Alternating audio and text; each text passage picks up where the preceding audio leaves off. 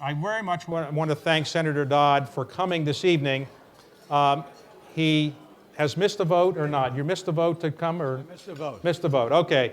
Well, this will be something we're very upset about, and I appreciate your doing it. I know that the missing a vote is a big deal, but you're not up for re-election this time. Well, we hope not. Okay. Yes.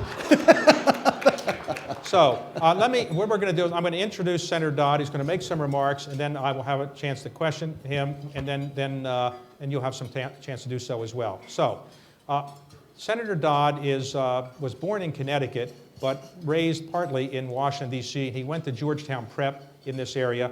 He then went to college at Providence College. From Providence College, he joined the Peace Corps and served in the Dominican Republic, where he learned Spanish and learned to speak it fluently. When he finished his 2-year tour of duty in the Peace Corps, he went to law school at the University of Louisville, also joined the Army Reserves. And then when he finished law school, he went back to Connecticut and was elected in the so-called Watergate class in 1974 to the Congress, re-elected in 76, re-elected in 1978. In 1980, he was elected to the Senate, succeeding Abe Ribicoff, and has now served 5 terms as a senator, is a senior senator from Connecticut. And among the other things he's done in his 30 years is chair a number of important committees and sponsor a number of important pieces of legislation. And most importantly, perhaps, and people know this, and it's one of the reasons I think so many people are interested in hearing from you, Senator Dodd. Senator Dodd is the chairman of the Banking Committee, and the Banking Committee has recently developed with the House Banking Committee the legislation now known as the Dodd-Frank legislation, and that legislation was something we're going to talk about tonight. That legislation will dramatically change and affect the way the financial service world is regulated, among other things.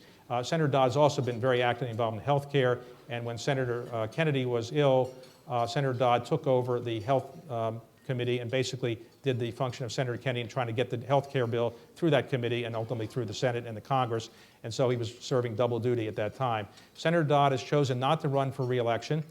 He has decided to do some other things we'll talk about, and he's married, has 2 young daughters, and I got a feeling that those 2 young daughters will keep him very, very young for quite some time.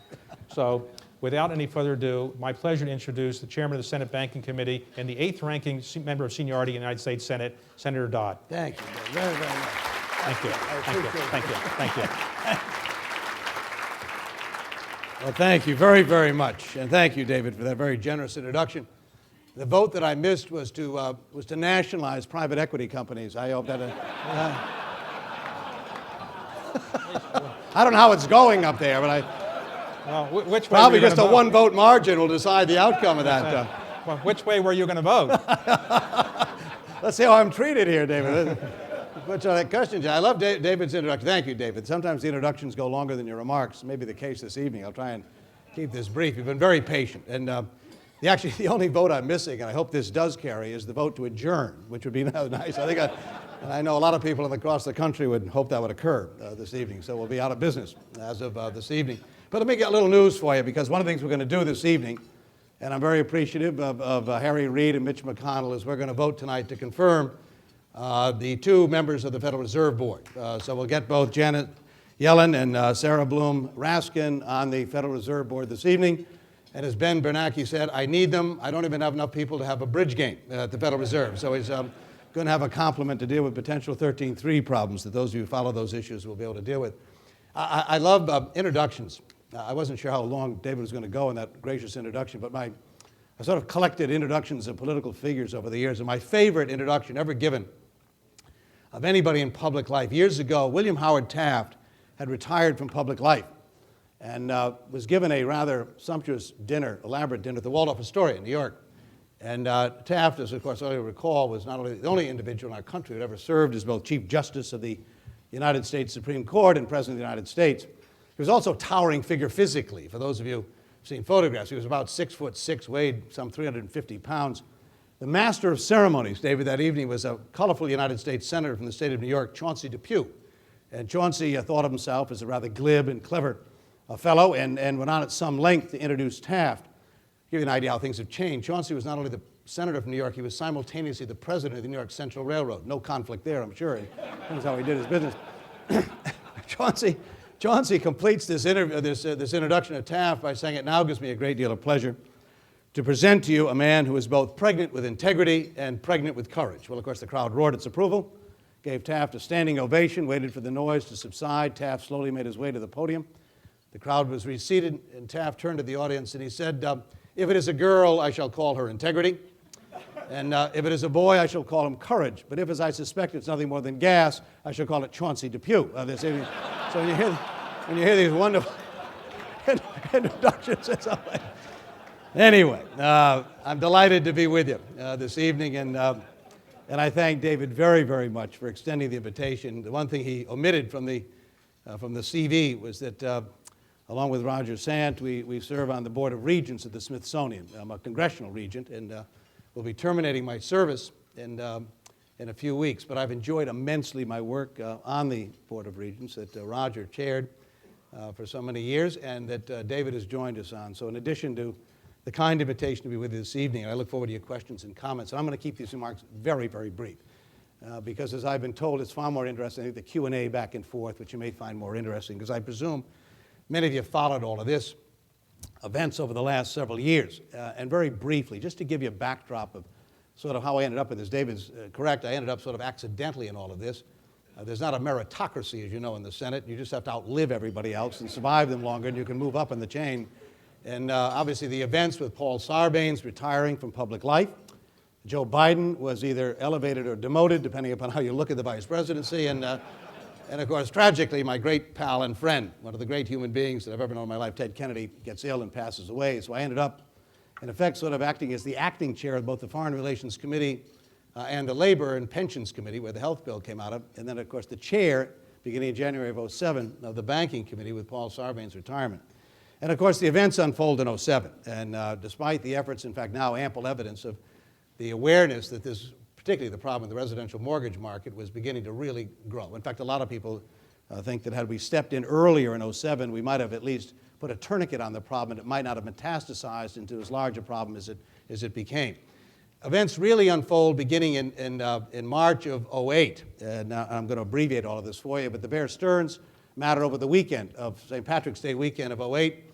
The calls from Hank Paulson, Ben Bernanke, laying out the problems that associated. I left on Sunday night for Brussels to meet with the head of the central bank in Europe and didn't know the outcome of what would happen at Bear Stearns until I landed that morning in Brussels and discovered that, of course, there'd been the J.P. Morgan had stepped in, and, of course, the events over the coming days. Then it was 6 months later, almost to the day. You begin around September 15th to October 3rd. That 2 weeks was about as traumatic a 2-week period as I've ever spent in the 30 years in the Senate.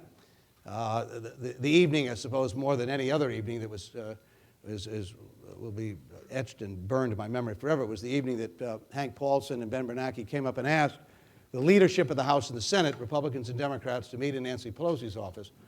And to quote Ben Bernanke that evening, which I can now, in the midst of this discussion, he turned to the leadership in a very calm voice and said that unless you act within a matter of days, the entire financial system of this country and a good part of the world will melt down.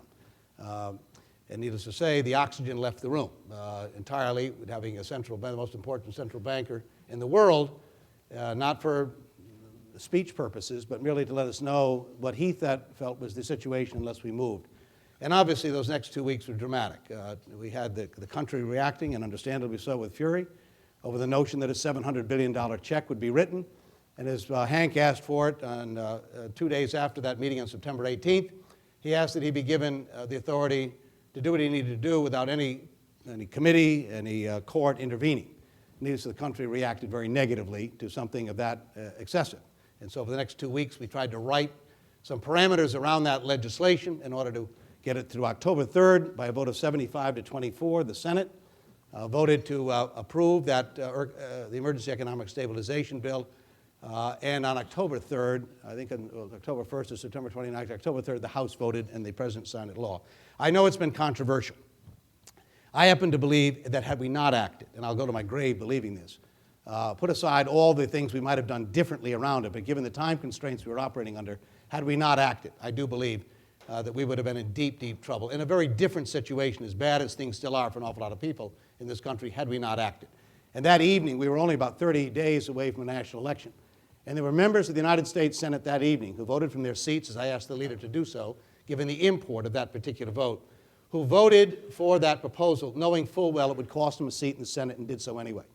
People like Gordon Smith of Oregon lost as a member of that body that evening because he decided that he had no other, he could not face himself, as he said to me later, having voted against it when he knew the import of it, even though his vote was not needed. So I happen to believe that we did the right thing. But obviously, just doing that was not going to be enough. And over the years, many people have argued for reform of the financial services architecture, the structure.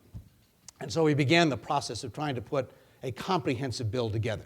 And needless to say, in the environment we're operating in, all of the, of course, the madness over the health care debate, in the middle trying to also navigate these waters of putting together a bill that would not prohibit all future crises, that's a ludicrous suggestion, but try to at least put us in a position so that we might respond in the future crisis with a lot more capability than obviously we did in this one. And so while people came to the office right and left and said, look, don't bother with me, I didn't cause the problem, it was never about being punitive or trying to somehow penalize those who may or may not have been responsible for the problems that we were faced, but rather to try and look at the architecture and structure so that, one, we could do two things. One is that we'd be able to be innovative and creative, a wealth creator, job creator, as we have been with the financial services system. And secondly, give people a sense of renewed confidence and optimism that this system can work and be fair. I've often, I think, told David this story, and maybe Roger, but I recall a manager of a sovereign wealth fund that came to see me one time. We talked, and I said, tell me why you park a lot of your resources in the United States. He said, for two reasons. He said, one, you Americans know how to make money. No one's better at it in the world than they are here. And secondly, he said, I've never lost a wink of sleep at night worrying about whether or not the system was unfair or would leave me at a disadvantage. I've lost money, I've made bad bets, but I've never lost a nickel because the system left me or collapsed in some way. And frankly, those two reputations have been severely damaged by the events in 07 and 08, and restoring that was critically important. I don't know if we've gotten this right or not, that balance between making sure that you haven't shut the door to the innovation that so many of you in this room have been involved in creating the kind of economic success in our nation, and simultaneously providing that sense of confidence and optimism that are critical if you're going to succeed and get back on our feet again. Now, let me just quickly say to you, in putting this together, it was complicated. But I was also determined, as someone who's been around the Senate for a good many years, as David has pointed out, that it was possible, despite all of the accusations about the institution, that it could operate in a civil fashion. I don't subscribe to the notion that you begin with bipartisanship. The country wasn't built with bipartisanship. It was built with a tense debate over partisan ideas with the goal of ultimately reaching some common answers to these issues. But what I wanted to see the Senate do, unlike what we did with the health care debate, is actually engage in that vibrant, healthy discussion about what this structure ought to look like. And over a period of a number of weeks on the floor of the United States Senate, some 60 amendments were debated. Only one required a supermajority vote. All the rest were decided by 50-vote margins. When we went to conference, we debated 60 amendments, equally divided between Democrats and Republicans. We went to conference with Barney Frank in the House. We considered 180 amendments over that 2-week period, all of it conducted on C-SPAN. And again, one of the evidences of that, I was in India not many weeks ago and speaking to the Reserve Bank of India, their central bank, and I got grilled rather pointedly by members of the Reserve Bank. And I asked them how they knew so much about the bill. And a woman stood up, she said, because I watched every second of it on satellite television, both in terms of the Senate debate and the conference committee. And that may not seem like much to you here, obviously, given the import of the subject matter, but I thought it was critically important that the Senate could demonstrate, even in a rough political environment, that we could do, I think, what the founders intended, and that is have that vibrant debate to try and produce a result. Now, one of the criticisms is, of course, that we left a lot unanswered by the regulators. Tomorrow morning, I'll have a hearing with the major regulators before the Banking Committee, in which we're asking them to lay out their plans over the coming weeks and months on how they're going to develop the regulations, the comment period, and ultimately answer some of the questions that, frankly, I didn't think 535 members of Congress could begin to answer. Over the years, we've had debates about whether or not Congress ought to set accounting standards. And I know there are members of the board here, the Washington Economic Club, who have a history in the accounting industry. And while I've not necessarily been happy with every decision the FASB has made, I have resisted vigorously the idea that the Congress would ever set accounting standards. We were beyond the competency of even trying to write this bill to some degree. I say politely about my colleagues, but the idea that you're going to then ask the Congress to get into the nuances of proprietary trading or the derivatives area is really asking too much. I point out that in 1933, when the Banking Act was passed, that bill was 37 pages long. The act that created the Securities Exchange Commission in 1934 was 29 pages long. Now, this bill is over 800 pages as a bill itself. And we have left a lot to the regulators. And obviously, they're going to have a lot to say about how all of this works. But I felt it was the only way to do this intelligently, to try and set out goals, and then obviously the work that needs to be done. So obviously, that'll be very important to watch in the coming days, even though I'll no longer be in the Senate. That many of you in this room and others will be obviously watching it carefully and expressing your views on these various regulations as they emerge. I happen to believe that the things we tried to do, and I'll end on this note with you, the four major goals I had, aside from that issue of, one, trying to make sure we didn't strangle what has been a critically important, obviously, industry for our country and maintain leadership. I followed the 19 principles laid out by the G20. I didn't announce this during the debate for all the obvious reasons. But in April of 2008, the G20 laid out 19 principles of what they thought global harmonization of financial rules ought to be. And we sort of tracked those 19 principles along the way. And obviously, a very important goal is to create that harmonization.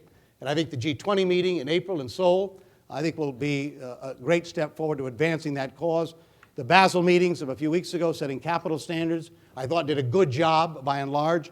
You may argue this way or that, but nonetheless, I think they have had it about right with 7%. And obviously, trying to get harmonization here will be critically important. So you not only avoid regulatory arbitrage, but even sovereign arbitrage. The last thing we need is what I faced in January, and that is people showing up at my doorstep and saying, if you don't deregulate further, we're all going to London. And then to discover that counterparts in London were getting the same argument, but the answer was we're all going to New York. And obviously what Arthur Burns worried about years ago, the race to the bottom, is something we need to avoid.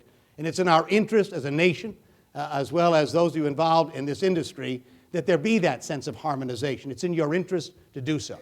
And what we try to do is end too big to fail, provide transparency and the more exotic instruments, create a consumer protection bureau that would give consumers of financial services a degree of confidence, and set up what a sort of an early radar system so that we could point out not only product lines but also institutions that would pose great systemic risk to the system.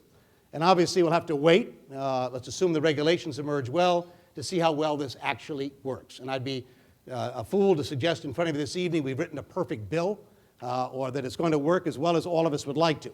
Only time will tell. But I think we did the right thing by trying to put this together. And despite the fact that it had partisan votes in the end, a good part of this bill, major parts of it, were actually written in a bipartisan fashion on major parts of it. So with that, I apologize for going on this length, but just to give you some idea of the framework and the environment to operate in. And the question now is, as I said, the regulatory environment we have to go forward with. But again, I thank David and I thank the Washington Economic Club. You're very generous to invite me to come on down. I look forward to your questions. All right? And I'll email the speech to you, and so you can all read it tonight, the speech. You didn't get to.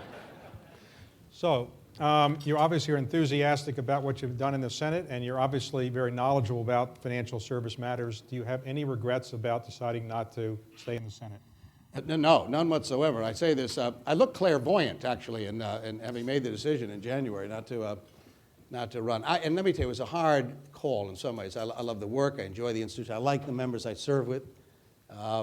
But it's time, and in fact, had I not really gone through some difficult times over the last few years, I might have robotically just continued, as many members do. They start the fundraising too early. Before you know it, they've sort of made the decision without thinking about it to continue. And as I've told some people the story, we passed that health care bill at 7 a.m. on the morning of December 24th, Christmas Eve. And I had not been to Senator Kennedy's grave. And I was going out to the airport. The plane was late. I decided to go up that morning and visit his grave in Arlington. I didn't know exactly where it was. It was an incredible morning, for those of you who remember that morning. Bitter cold, new snow, not a cloud in the sky. And at 8:30, 8:15, standing there on that hill and looking back over the city, I asked myself the question that too few people in politics ask themselves. Do you really want to do this again? Are you prepared to put the time and energy into the effort? And the answer to myself was no. I love serving. It was going to be a tough race anyway. But did I want to spend 7 more years doing this? And the answer was no. And made that call and announced it on January 6th. Some people have asked me whether or not I've had any second thoughts about that. The only second thoughts I've had is how brilliant the first thought was. And so what do you plan to do when you're retired from the Senate? Well, you pointed out I have 2 very young children. I decided to have my own grandchildren. I missed that middle part in here, so I've got be busy here with Jackie on that. And I don't know. I've got to make some decisions fairly soon. That great line that Jackie's reminded me of, you marry people for better or worse, not for lunch. And so I'll wait and see. I'm going to talk to some folks. You're prohibited under Senate rules from really entering any kind of conversation with people about it. And the advice, I've had wonderful lunches with George Mitchell and Chuck Hagel and Tom Daschle and Don Riegel and Al D'Amato and others. And the common denominator from all of them was don't jump too quickly. George Mitchell had told me a great story. He said that he took him 5 years to unwind the commitments he made in the first month when he retired. He said yes to everything and then regretted deeply that he had done so. So I think a little time and patience, take a breath. Okay.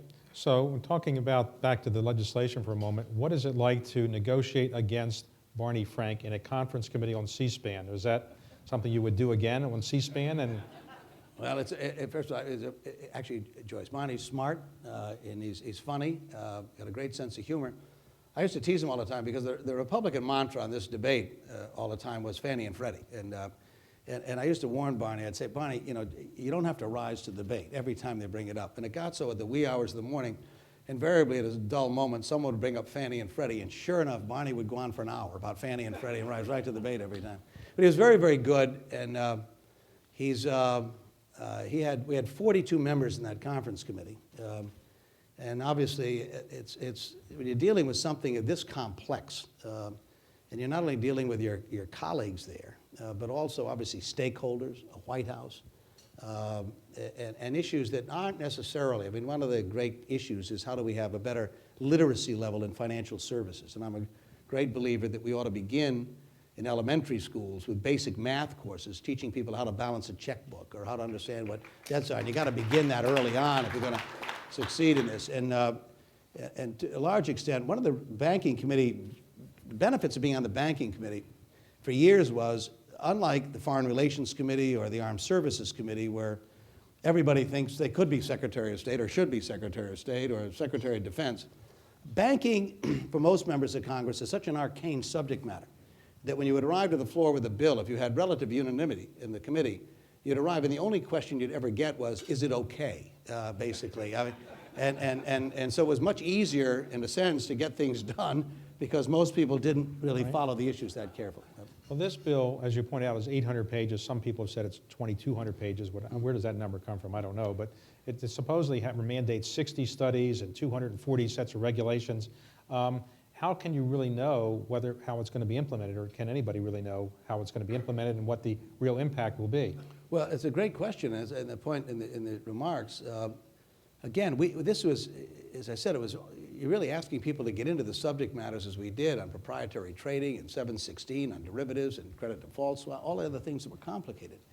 And my view was to expect a vote of 51 to 49 in the Senate on a particular outcome, and then have that become the law of the land, knowing what was at stake in all of this, was asking way too much. So my view was if we could point a direction, as we did in proprietary trading. We clearly think in certain areas in terms of hedge funds and private equity that banks that have the safety net of the federal government shouldn't put taxpayers. I don't think anyone really argues with that, the general notion.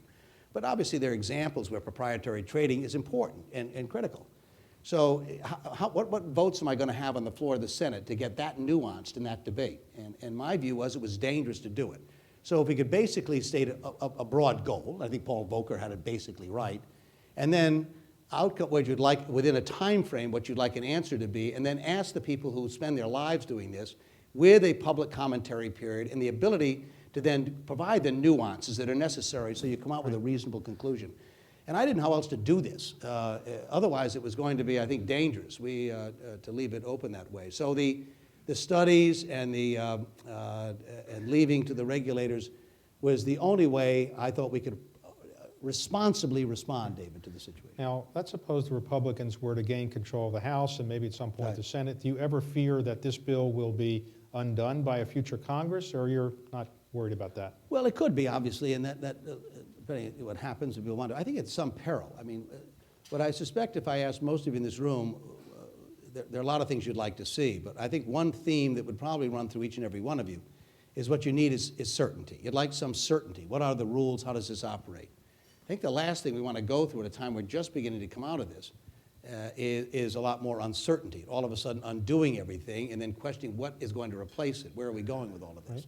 And so the broad outlines of this, I think people generally agree with. The too big to fail, I don't need to tell you, that passed 93-5, the First Amendment that I offered with Richard Shelby on the floor of the Senate. Again, I think there are legitimate issues about that problem, by the way, which we didn't solve, which the coming Congress will have to. The bankruptcy laws of this country can accommodate a one-off bankruptcy. What we're not well prepared to handle is when you have a highly interconnected institution and how you wind down that institution and the potential impact on institutions that are not at risk of failing. So those are issues that still need to be addressed. But I think the idea of undoing all of this, it's the one issue, by the way, I've noticed in the polling data. Gallup the other day indicated that if you're a candidate as an incumbent or a challenger running for the Congress this time, there are two things you want to talk about. One, you want to reduce the debt of the country, and secondly, you either voted for or you would have supported the financial reform bill at 70%, roughly 70%. And you came close to working out a deal on the committee with Senator Shelby. How close did that come to being, into being, would you say? Well, this is one of the great disappointments. At every bill, David, I've been involved in for 30 years, without exception, I had a Republican partner on every one. Did child care legislation with Orrin Hatch. Phil Graham and I wrote the Private Securities Litigation Reform Bill to end some of the frivolous litigation that with startup companies back years ago. Dan Coates and I wrote the Family and Medical Leave Act. I'll give you an idea, Dan may be back in the Senate as a result of the race in Indiana. This was the first time I didn't have a consistent partner. And it was a reflection, I think, of the political times we're in as to whether or not people felt they could do this, which was disappointing. And so what I did in replacement of that was to have various points where I tried to get partners on various pieces of this. And I broke up the committee. I asked 8 members of the committee to take on responsibilities. This is a lot to chew, a bill of this magnitude. And so I turned one to Mark Warner, who, by the way, it's a great gift to have him on the banking committee. I mean, he knows this subject matter. He spent a good part of his life in it. And so brought a very strong practical sense needed in this debate and discussion. But I asked Mark Warner to join with Bob Corker of Tennessee, who's very talented and very bright and cares a lot about it, was in the real estate business in Tennessee, to be the partnership on Too Big to Fail in resolution. And they went off and worked on that for weeks.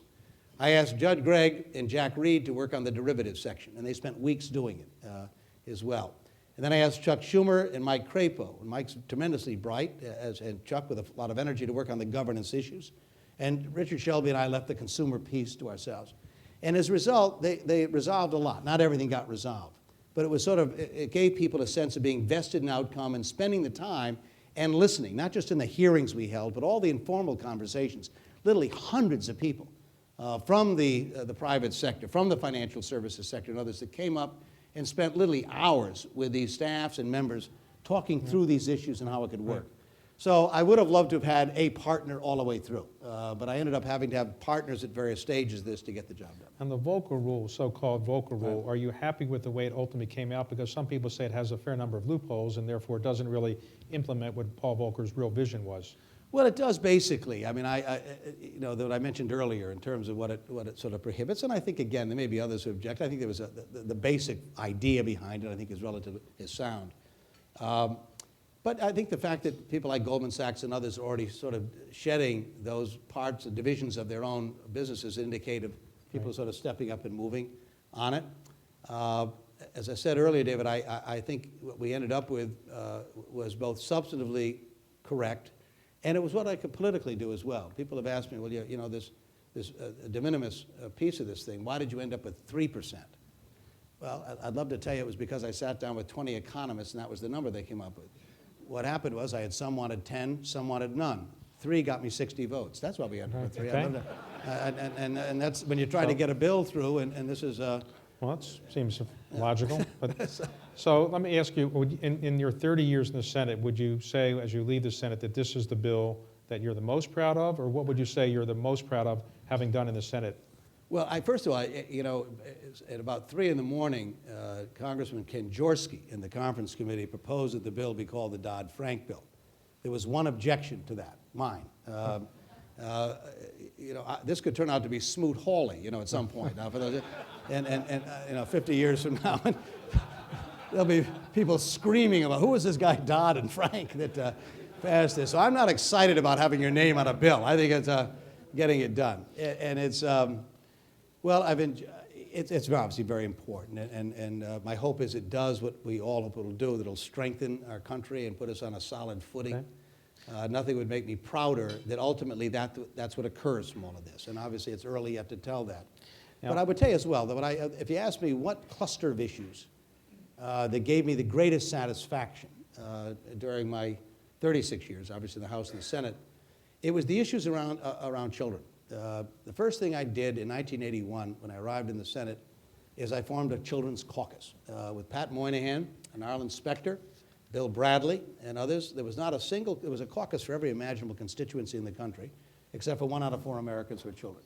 I didn't have my own children at the time, so it was more of a theoretical thing, but nonetheless, over the years, the Family and Medical Leave Act, the child care legislation, infant screening, premature births, pharmaceutical drugs for kids, while a couple of them got some more notoriety than others, that group of issues over 30 years are the ones that collectively gave me the greatest sense of satisfaction. And autism, spent a lot of time with Rick Santorum on autism bills. And so that's the group, I think, more than anything else. Now, you've been in the Senate 30 years, 6 years in the House. What's the biggest change in, let's say, the Senate since you started? And related to that, would you think the filibuster rules should be changed or could be changed? Well, in fact, I testified this morning before the Rules Committee. I am vehemently opposed to changing the filibuster rules. To me, they could do this on a motion to proceed. There's some matters where you could change that. But on the underlying question, I always find it's new members who come in who get frustrated in the Senate. And you can get easily frustrated, given the difficulty of trying to get something done. But I've always reminded people the founders were not only concerned about what we did, but how we did things. And I guess taking some sort of parochial pride in the filibuster rule in the Senate, and that it was 2 members of the Constitutional Convention from Connecticut, Roger Sherman, in whose seat I sit, and Oliver Ellsworth, who was the 2nd Chief Justice of the United States Supreme Court, or 3rd, I think, that wrote the Connecticut Compromise. When the Constitutional Convention was about to collapse, when small states were frightened what larger states would dominate the debate, they came up with this idea of a bicameral system to create the Senate where equal representation. And the Senate, unlike the House, is the antithesis of the House, in that the House has a job to protect the rights of a majority, including a majority of 1. The Senate is specifically designed to protect the rights of a minority, including a minority of 1. And you end up changing the Senate to be sort of a mirror image of the House. Why have it, in a sense? And so I hate to see the rules get abused, and that happens from time to time. But you don't address the issue by destroying the essence of what makes the Senate critically important, in my view. The biggest change, you would say, since you arrived? I think the stripping the socialization from the institution, I don't care what institution you're a part of, private or public, the ability of people to get to know each other is critical. And whether you're a labor union or a corporation or Carlisle, whatever it is, you've got to have people who spend time with each other. I was a page in the Senate back in the 1962 there for some of the all-night civil rights debates. And so I watched the Senate and perform remarkable tasks. I've often made the case, and someone may argue with me, that maybe the worst decade, or one of the worst decades in the 20th century for the Senate was the 1950s. The era, the McCarthy era, a lot of finger pointing, accusing people of being less than patriotic and so forth. Kind of a dark time. And you might make a case, and again others may argue with this, that the 1960s were maybe an incredible decade of the Senate, with things I think we're proud of as a country today. The Voting Rights Act, the Civil Rights Act, Title I in education. A lot of good things came out of those years. And it was basically the same Senate. It wasn't fundamentally different. And yet here was the same institution responding not terribly well to the issues of its day, and yet a few days later. I don't think you're on a single trajectory. I think they're kind of waves back and forth. I don't know how many of you read Robert Caro's great biography of Lyndon Johnson. But if you read nothing more than the first 150 pages of that book, and they talk about the golden age of the Senate in many ways. Obviously the days back of Clay, Calhoun, Webster, and the like. So I have a lot more confidence. I see some wonderful people coming along in the Senate that are there today that I think are going to be good United States senators, Democrats and Republicans, that care about the institution, want it to succeed. But when you arrive on Monday night or Tuesday morning and you leave Thursday night, racing back to your states, there's no time, too many caucuses that don't give people enough time to get to know one another. People always ask me, why was Teddy Kennedy so successful at getting things done. There was nothing mysterious about it. And having watched him for many years perform in his legislative capacities, the Republican leadership from time to time would try to send him the meanest junkyard dog to be his ranking Republican on committees to slow him down. He was getting too much done. And what they didn't realize is Teddy had a great ability to enjoy people regardless of political ideology. And he'd have a dinner at the beginning of each session. And he'd invite the Democrats and Republicans, no staff, no family, come on and have dinner.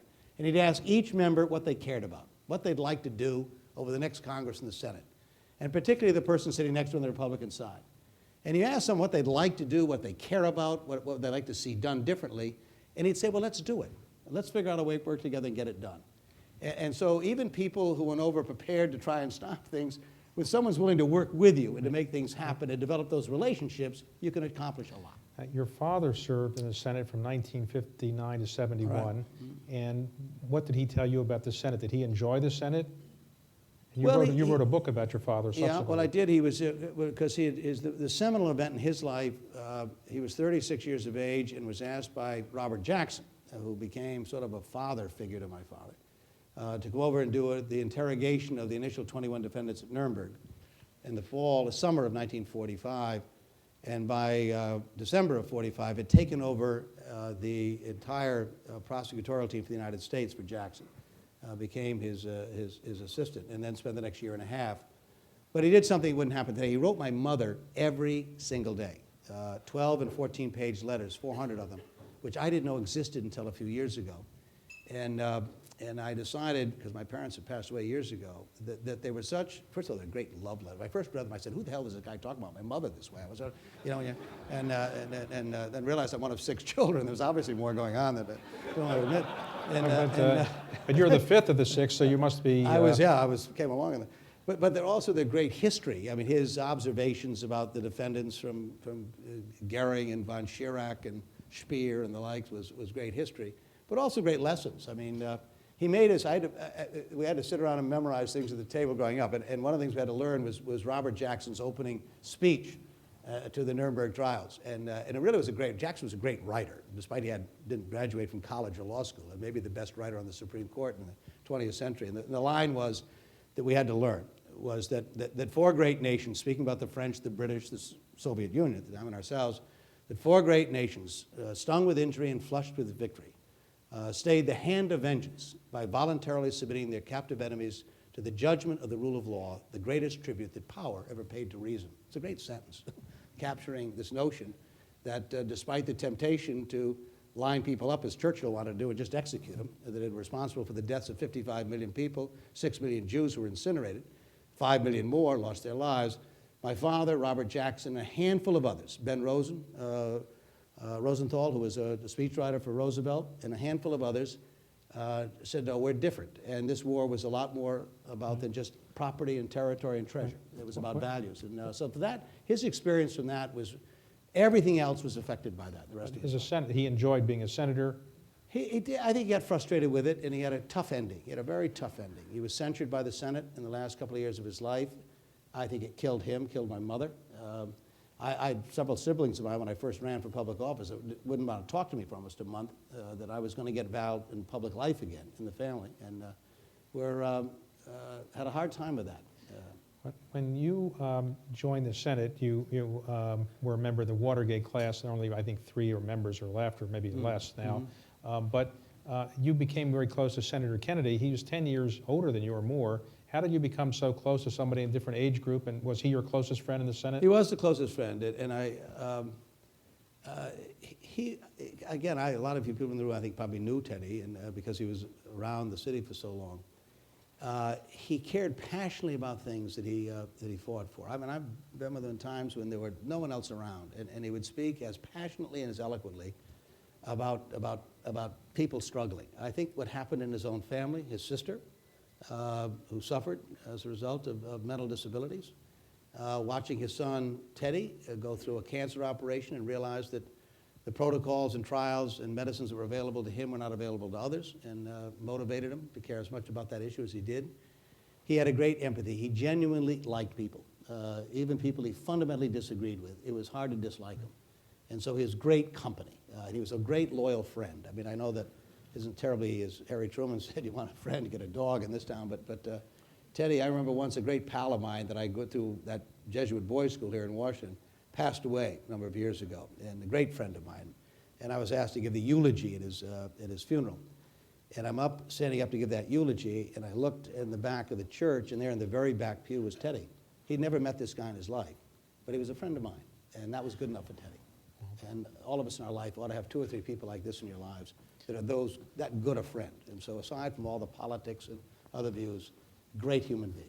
When you give us some secrets about this. When you were the chairman of this committee and you're working on this bill, every lobbyist in the world wanted to talk to you, I assume, about their issue because it's the most important issue in the world that they had to deal with. How did you isolate yourself from every lobbyist, and how do you deal with all those lobbyists? Well, I think some of the staff are here from the banking committee, and Eddie and Silverman and Amy is here, and I don't know who else is in the room. Eddie Silverman and I worked together 30 years ago. He was my first banking committee staff person in 1981. And then after about 7 or 8 years, he left and was with Greenwich Capital Markets for about 20 years. And I lured him back for this final push. Sean Meyer was here as well, was actually the staff member now at the White House with the Obama administration. And I said, Eddie, would you come back and be a part of this? He said, I will on 2 conditions. I won't read anything and I won't write anything. I don't want any record I was in town. So Eddie became the person. I made it a policy during this period that I wanted to hear from lobbyists, and that they ought to, but their best time would be spent with my staff. They're coming to talk to a senator. Invariably, we're going to ask the staff people to get involved and evaluate what's being discussed. And I didn't think it was going to help either them. I remember several people in the financial investment community called to talk, and I said, look, I'd rather have you get your people to come up and spend time with the members of my staff that are working on that particular thing. And since you've asked the question, David, I think it's sad in a way that we've allowed the word lobbyist to become such a pejorative in the system. Good lobbyists are tremendously valuable. In my 30 years, some of the best ideas, good recommendations have come from lobbyists. Now, anyone who comes in and does not give you good information, I don't expect them to necessarily advocate against their own interests, but gives you false information or lies to you in some way, I never let in the office again. But that's been the rarity. It's the exception, clearly. Most people who come in make a good case, have good information, and ask you just to consider it. And we ought not to consider that a liability. And in this town, no matter how good your staff is, there's always some other people who can help you to be better informed. So we had plenty of people that came through that door and all the time to talk issues and discuss what they thought ought to be in the bill. Now, on the Bureau of Consumer Financial Protection, how close did it come to being an independent bureau as opposed to something in the Federal Reserve? Well, this is where I said earlier, this bill is really a bipartisan bill in substance. I mean, I mentioned to you earlier the too big to fail and resolution vehicles were clearly bipartisan. And the issue of putting the Consumer Protection Bureau in the Federal Reserve as an independent bureau was a Republican idea. I mean, that was not, when I was looking to build bipartisan support, that idea actually came from the Republican side of the aisle. My original proposal, I proposed a bill that attracted a discussion draft. It was a bill that a lot of people didn't like, but I thought it made more sense. I had a single prudential regulator, consolidated the various regulators in one. I housed within that single prudential regulator the Consumer Protection Division. So you'd have the prudential regulator and the consumer protection person actually in close contact with each other, working. And I, as many of you know, it wasn't to penalize the Federal Reserve at all. I just felt that the supervisory function of the Fed, I know it informs monetary policy, but I had more staff people from the Federal Reserve over the years come and testify. Not one ever suggested to me that any decision on monetary policy was the subject of supervisory function ever raised in a single meeting. And so the idea of getting the Fed back to its core functions of the payment system and monetary policy made a lot of sense to me. And I know that was seen as somehow as angry at the Fed. It wasn't about being angry at anybody. It's just trying to create an architecture for the 21st century that made more sense. Now, obviously, I lost that argument, and so we ended up in the regional bank stepped up. And someday, someone's got to address that issue. I mean, the idea we have 2 regional banks in Missouri and 1 in San Francisco. In 1914, that made a hell of a lot of sense because there wasn't a damn thing between Missouri and San Francisco in those days. And today there is. But so some restructuring of that system probably needs to be taken on. With respect to the Bureau, would you comment on, are you pleased with the President's ultimate decision on Elizabeth Warren? Well, look, this is all practicalities. I like Elizabeth a great deal. We've worked with each other, but you have to be confirmable in these jobs. And I was merely trying to express that I wanted someone that could not only do this, but that also get through the Senate. If we end up spending the next 6 or 7 or 8 months on the subject matter, then of trying to confirm someone, then it seems we're wasting our time. So I'm going to see her tomorrow. She's coming up. She's been given this job to work with the Treasury Department.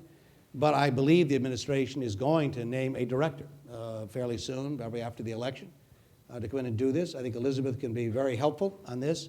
And they may ultimately decide to ask her to do that. I don't know what the thinking is in the administration. They come up. But let me mention something to you in this context. I think it's important you know this. When I have spoken with some of the largest investment banks in the country to talk about this bill, conceptually, what do they think? I'll never forget going down a meeting, and I know every one of them there, and I have a lot of respect for them individually and their competency and ability. But I went down in those first meetings in the early part of 2009, fully prepared as well as I could to be informed about derivatives, about proprietary trading, what I thought was some of the real, sort of the cash cows of the industry in a sense, and how that would work. What was stunning to me as the chairman of the banking committee is I spent an hour and a half with these people, and the only two subject matters we talked about for an hour and a half were executive compensation and consumer protection. Rather stunning. I mean, with all due respect, that you'd spend that kind of time. Consumer protection, this radical idea that you might have a place where people could actually, if they deposit a paycheck or buy something that is going to be treated fairly, ought not to be so startling to people. And I think the fears that somehow they're going to overwhelm prudential regulation is ridiculous on its face. There will be conflict from time to time, but smart people can resolve those issues.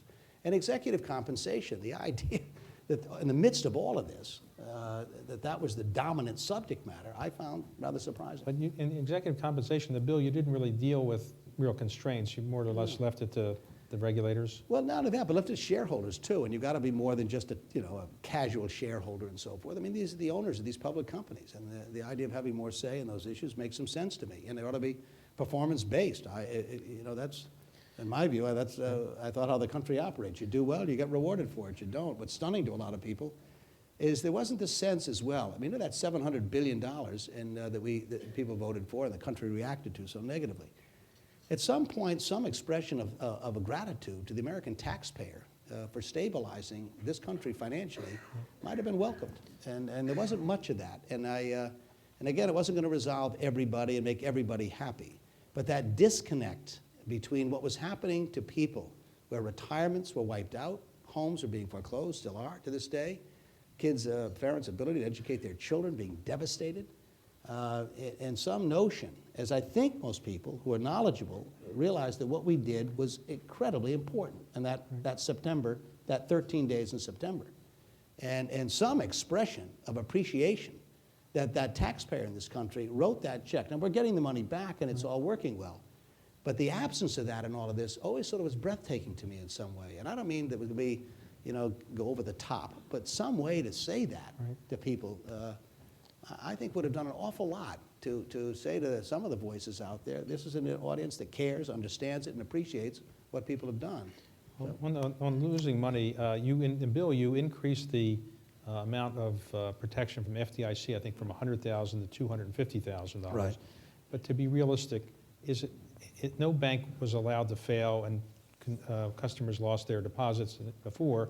Does it really make a difference if it's 250, 500, or zero? Is the U.S. government really going to let any depositor lose money?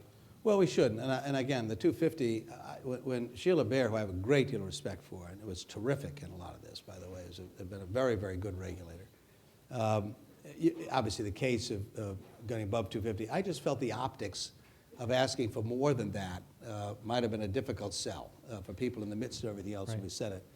And I've always felt the three great things that gave us that 60 or 70 years of relative economic stability in the country in the 1930s were the Securities Exchange Commission, the Federal Deposit Insurance Corporation, stopping the run on banks, and today, which did need to be changed, Glass-Steagall. But those three things really were the great achievements of that period that gave us, for the first time in our nation's history, that length of period of time of economic stability. Prior to that, we were lurching around almost every 10 years throughout the 19th century and the early part of the 20th century. And so in Glass-Steagall, and I voted for Graham Leach Bliley at the time, and I know others argued about it, but we needed to change that a bit, and maybe went too far. But What's going to happen in the lame duck session, and will taxes go up for everybody or for some people? What do you predict is going to happen on taxes by the... well, come January 4th, I'm going to have a very different idea about taxes, I think. No, being facetious here. I really, I tell you, and I'm obviously like everyone else in town, sort of fascinated by this election process, and I wish I could tell you with some certainty what's going to happen. I have no idea day to day how this is going to work out with all the things that are occurring and the anger in the country. My view is lame ducks, having been through several of them in the last 30 years, don't amount to much. I remember once we went up to Christmas Eve, and it was over a gasoline tax. I don't know if you're older in the room, and we never even voted on it, despite the fact we stayed around for 2 months, actually. So invariably, you're going to have changes, and I think the prediction we're going to have certainly a reduced presence of Democrats in the Senate and a reduced number in the House. Whether or not you lose control, I don't know the answer to that. But anyway, it's going to be, people are going to want to wait to do things. And so the idea that you're going to take on some of these issues and get them done will be hard, particularly over a 2-week period, where in the Senate, obviously, getting 1 or 2 people, unless you keep people in all night to work on these things, will be hard to achieve. My hope is that there'll be a few things we might get done, but I don't expect the tax debate for any different reason that we saw recently. I mean, there was a division about whether or not you ought to eliminate or allow to expire, obviously, the so-called Bush tax cuts. And again, I think in our caucus that I really would listen more, because the people who are going to be around, I let them engage in the debate. But it was a real division within the caucus on the issue. And for all the reasons many of you are aware of here as to what the implications would be. I thought it was interesting that in Connecticut there was a survey done, and by a substantial margin, most of my constituents, I don't know how scientific the survey was, wanted an extension of all the tax cuts for a year or 2 or 3, whatever it was. And I know people say, but that's such a small percentage of the population that would benefit from a complete extension for everyone, including the top 2%. But I had an epiphany, David, on this issue years and years ago. Jackie's heard me tell the story before. I was a freshman member of the House, and I represented half the state of Connecticut, that congressional district, and half the coastline of Connecticut. And I made the radical suggestion as a 32-year-old congressman that more of that shoreline ought to be available to the public. Well, needless to say, in Wilton and Greenwich, I was a little, we had just had Karl Marx had just gone to Congress. They were about to put in Congress. So anyway, that was quite a stir, and then what was I thinking of? The kids from Hartford and Bridgeport might show up at the beach. And about 3 or 4 months later, we decided we better do a survey to find out how much damage I'd caused myself politically with this radical idea. And I didn't lose a single vote or gain any votes in the shoreline communities. I wasn't taking anybody's house. Where I got myself in trouble were people who lived 30, 40, 50 miles inland with probably very little expectation they could afford those very expensive homes on the coastline of Connecticut. But after their kids go to bed at night, they sit around that kitchen table and they dream. And they dream that if this turns out right, or that turns out right, or this happens for us, one day maybe we'll be able to afford that house at the beach. And I was messing with their dreams. And the epiphany for them, the lesson was, you can fool with people's reality all you want. You fool around with the American public's dreams and their aspirations, be careful. And I think this is really all about that more than anything else that people need to understand. And that's the Thank you. Final question is, are your daughters happy you're leaving the Senate, or are they sad that their father's not going to be a senator now? Well, the 5-year-old says that we ought to open an ice cream shop, and that may be what ends up doing. And the 9-year-old just made the cut. I don't know if she's going to make the final cut for the Nutcracker. The woman who runs this thing should have a job at Paris Island. I'm deeply committed to ballet for the next 7 or 8 weeks with the Washington Ballet. Every night I'm in a ballet lesson. So she doesn't really care whether I'm in the Senate or not. Just make sure she gets to be in the Nutcracker. So that's all right. Well, Senator, on behalf of our members, I want to thank you. Enjoyed it very much. Thanks, everybody. I'll give you a gift. 1 second.